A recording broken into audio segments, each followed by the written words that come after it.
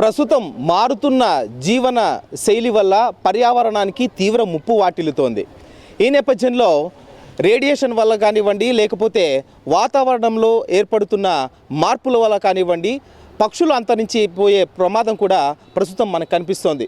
ఈ నేపథ్యంలోనే పక్షులను ఎలా కాపాడాలి అనే ఉద్దేశంతో కొంతమంది బర్డ్స్ లవర్స్ ఇక్కడ చూస్తున్నాం మనము కొన్ని ప్రత్యేకంగా నెస్టులను తయారు చేశారు. పక్షి గూళ్ళు అచ్చం పక్షులు ఎలా వీటినన్ని సేకరించి గూళ్ళు కష్టపడి తయారు చేసుకుంటాయో అదేవిధంగా ఇక్కడ బర్డ్స్ లవర్స్ పక్షి ప్రేమికులు ఈ విధంగా గూళ్ళను తయారు చేసి ప్రతి ఒక్క చెట్లకు మొత్తం అనంతపురం జిల్లా వ్యాప్తంగా కూడా చెట్ల మీద ఏర్పాటు చేస్తూ ఉన్నారు.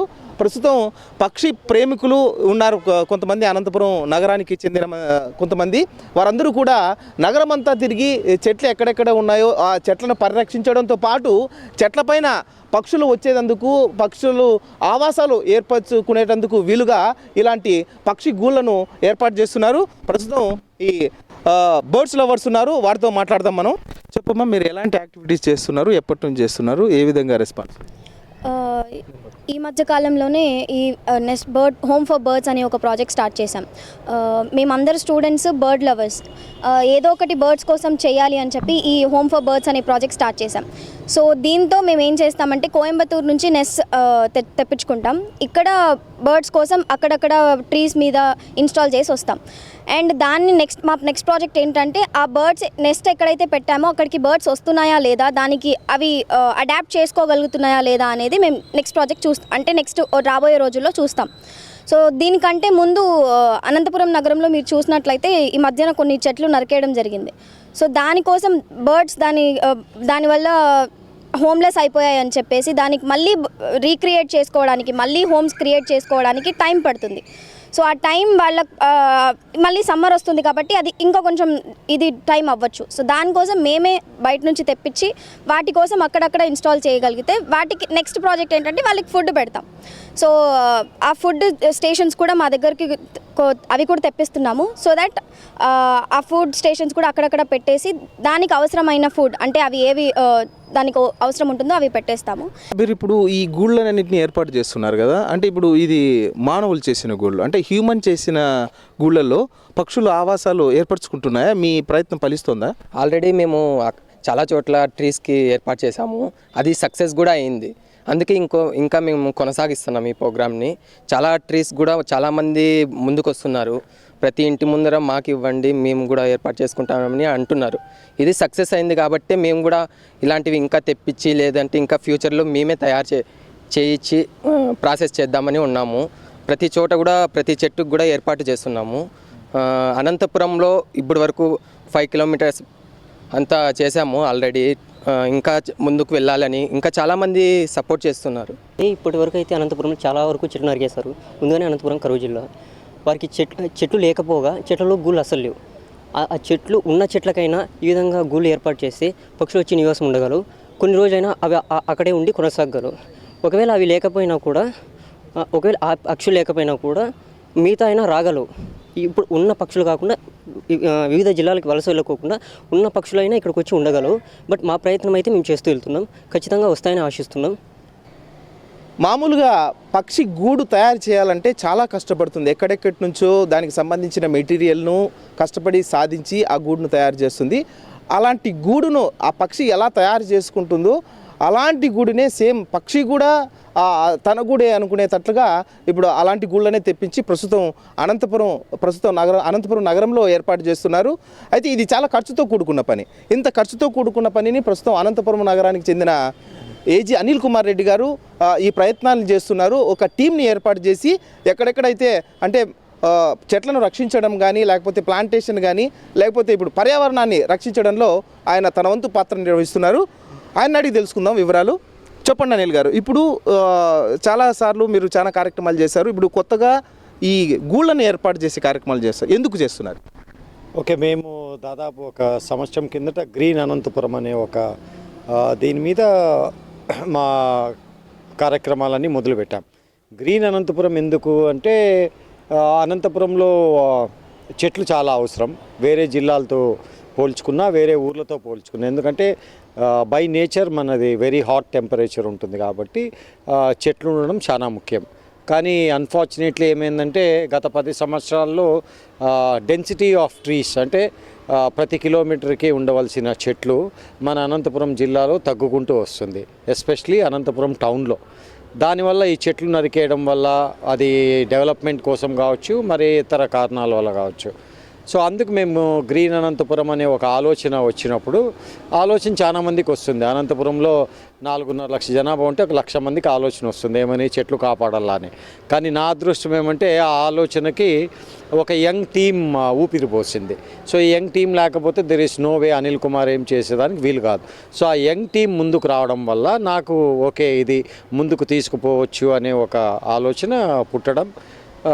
సో ఎక్కడ చెట్లు నరికినా మేము నరక్కోకుండా చేయడం, ఫారెస్ట్ డిపార్ట్మెంట్తో ఇంటరాక్ట్ అయ్యి వాళ్ళని ఎవరైతే చెట్లు నరికేస్తారో అది ఆపడం, అదేవిధంగా ప్లాంటేషన్ చేసుకుంటూ వెళ్ళడం. సో ఈ చెట్లు నరకడం వల్ల ఏమైందంటే చాలా వరకు బర్డ్స్ పట్టణాలు వదిలి గ్రామీణ ప్రాంతాలకు వెళ్ళిపోవడం, అక్కడి నుంచి కూడా వెళ్ళిపోవడం. ఒక చిన్న స్టాటిస్టిక్స్, భయంకరమైన స్టాటిస్టిక్స్ ఏమంటే 2018లో మన అనంతపురం జిల్లాలో దాదాపు 124 డిఫరెంట్ స్పీషీస్ పక్షులు ఉండేవి. ఆ 124 డిఫరెంట్ స్పీషీస్ పక్షుల్లో దాదాపు 30 స్పీషీస్ పక్షులు ఇప్పుడు లేవు. అంటే 3 సంవత్సరాల కాలంలో దాదాపు 30% ఆఫ్ డిఫరెంట్ బర్డ్ స్పీషీస్ ఇప్పుడు అనంతపురంలో మనం చూడలేం. ఇవన్నీ ఎందుకు చూడలేమంటే మన అనంతపురం వదిలేసి వెళ్ళిపోయినాయి. ఎందుకంటే వాటికి గూళ్ళు పెట్టుకునే స్థలం లేదు. గూళ్ళు పెట్టుకున్నా వాటిని చంపేసేది. ఎన్నో వందల చెట్లు పోవడం వల్ల ప్రతి చెట్లోనూ కొన్ని వందల పక్షులు ఉంటాయి కాబట్టి ప్రతి చెట్టుకి ఒక 100 పక్షులు మాయమైపోతూ ఉంటాయి. సో మన ఊర్లో కొన్ని వేల చెట్లు కొట్టేసినారు. సో దానికి దృష్టిలో పెట్టుకొని మేము హోమ్ ఫార్ బర్డ్స్ అనే ఈ ప్రాజెక్ట్ మొదలుపెట్టినాం. ఈ home for birds project it's a very complicated project. ఎందుకంటే ఒకటి, పక్షిని మనము నమ్మించాలా ఇది నీ గూడే అని. సో పక్షిని నీ గూడే అని నమ్మించాలంటే పక్షి ఏ విధంగా గూడు చేసుకుంటుందో, ఏ మెటీరియల్ ఉపయోగించి గూడు చేసుకుంటుందో అదే మెటీరియల్ యూజ్ చేసి అదే విధంగా గూళ్ళు తయారు చేయాలి. సో అనంతపురంలో వెతికినప్పుడు అలా తయారు చేసే వాళ్ళు ఎవరు మాకు దొరకలేదు. మా టీం కూడా ఎంక్వైరీ చేస్తే ఎక్కడ కూడా సో అప్పుడు మేము కన్యాకుమారి అండ్ కోయంబత్తూరు ఈ 2 ఊర్లలో ఈ న్యాచురల్ మెటీరియల్తో గూళ్ళు చేసే వాళ్ళ ఆచూకీ తెలుసుకొని నేను పర్సనల్గా వెళ్ళి వాళ్ళని, ఆ గ్రామీణ ప్రాంత మహిళల్ని కలిసి ఓకే రా మెటీరియల్ మేము ఇచ్చేటట్టు ఎక్కడైతే టెంకాయ పీచు ఎక్కువ లభిస్తుందో అక్కడ ఈ గూళ్ళు తయారు చేసేదానికి అనుకూలంగా ఉంటుంది. సో 2 టీమ్స్ని తీసుకొని కన్యాకుమారిలో ఒక టీము, కన్యాకుమారిలో ఉండే టీము టెంకాయ చిప్పలు ప్లస్ టెంకాయ పీసు 2 ఉపయోగించి గూళ్ళు తయారు చేస్తుంది. ఇప్పుడు మీరు చూస్తున్న గూళ్ళన్నీ కోయంబత్తూరు నుంచి వచ్చిన గూళ్ళు. సో కన్యాకుమారి నుంచి వచ్చే గూళ్ళు నెక్స్ట్ వీక్ నుంచి స్టార్ట్ అవుతాయి. సో వీళ్ళు డైలీ ఇన్ని గూళ్ళు మాత్రమే తయారు చేయగలరు. ఇంకో ప్రాబ్లం ఏమంటే ఈ గూళ్ళల్లో టెంకాయ పీసు కానీ ఇవన్నీ అతికిచ్చేదానికి మేము ఏ విధమైన గమ్ యూస్ చేయము. ఓన్లీ ఫుడ్ పేస్ట్ మాత్రమే యూస్ చేస్తాం. అంటే మనం ఏ మెటీరియల్ అయితే దీన్ని అతికిచ్చేందుకు వాడతామో దాన్ని పక్షులు తిన్నా కానీ ఏం కాదు. So that's called food paste. So food పేస్ట్తో తయారు చేసేటప్పుడు ఏమవుతుందంటే ఈ గూడు చేసే ప్రాసెస్ టైమే ఎక్కువ తీసుకుంటుంది. సో అందుకు దీనిని రోజుకి 10,000 గూళ్ళు 20,000 గూళ్ళు చేసేదానికి వీలు ఉండదు మన దగ్గర డబ్బులు ఉన్నా కానీ. సో ఇది నిదానమైన ప్రాసెస్. ప్లస్ ఈ గూళ్ళు తీసుకువెళ్ళే వాళ్ళకు కూడా నా సజెషన్ ఏమంటే ఇది చాలా ఓపికతో కూడుకున్న పని. ఇది పక్షి గూడు, పక్షి వచ్చేదానికి మ్యాగ్నెట్ కాదు. అంటే నువ్వు కట్టిన వెంటనే పక్షులన్నీ వచ్చి దీంట్లో ఉండవు. మీరు ఎప్పుడైతే ఈ గూడు కడతారో పక్షి వచ్చి ఇన్స్పెక్ట్ చేస్తుంది ఇది ట్రాపా లేకపోతే నిజమైన గూడా. మనకన్నా చాలా తెలివి పక్షులకి. అందులో అనంతపురంలో మనం రోజు చెట్లు నరుకుతాం కాబట్టి పక్షులు మనల్ని అస్సలు నమ్మదు. So it's a beautiful thing. Main the backbone and lifeblood and success of this project home for birds వచ్చి మీరు ఇక్కడ చూస్తున్న వాలంటీర్స్, యంగ్స్టర్స్, ఎనీథింగ్, చెట్లు నాటే కార్యక్రమం అయినా, నెయిల్ ఫ్రీ ట్రీస్ అనే కార్యక్రమం. అంటే ఎక్కడ చెట్లకు మేకులు కొట్టినా కానీ ఆ మేకులు తీసేస్తాం మేము. One of the most powerful species dinosaurs. ఒకప్పుడు it was the most powerful species. ఈరోజు లేదు, ఎక్స్టింక్ట్ అయింది. సో మనిషి కూడా ఎక్స్టింక్ట్ అయ్యే కాలం దూరంలో లేదు. ఎందుకంటే you have taken nature for granted. నువ్వు చెట్లకి గౌరవం ఇవ్వవు, పక్షులకు గౌరవం ఇవ్వవు, నాదే ఈ భూమి అని నువ్వు అనుకుంటున్నావు. So unfortunately all this will lead to lot of uncertainties and maybe human species కూడా extinct అయిపోవచ్చు. We are not more powerful than a dinosaur. So అందుకు మనతో పాటు పక్షులు కానీ చెట్లు కానీ ఉంటేనే it's a more beautiful world. So my humble request is దూరం ఉండి క్లాప్స్ కొట్టడం కాదు, దగ్గరకు వచ్చి ఒక గూడు కట్టండి, ఒక పక్షికి జీవం పోయింది. వాతావరణ కాలుష్యంతో సుదూర ప్రాంతాలకు వెళ్ళిపోయిన పక్షులను తిరిగి రప్పించడానికి చేస్తున్న వీరి ప్రయత్నం ఎంతో అభినందనీయం.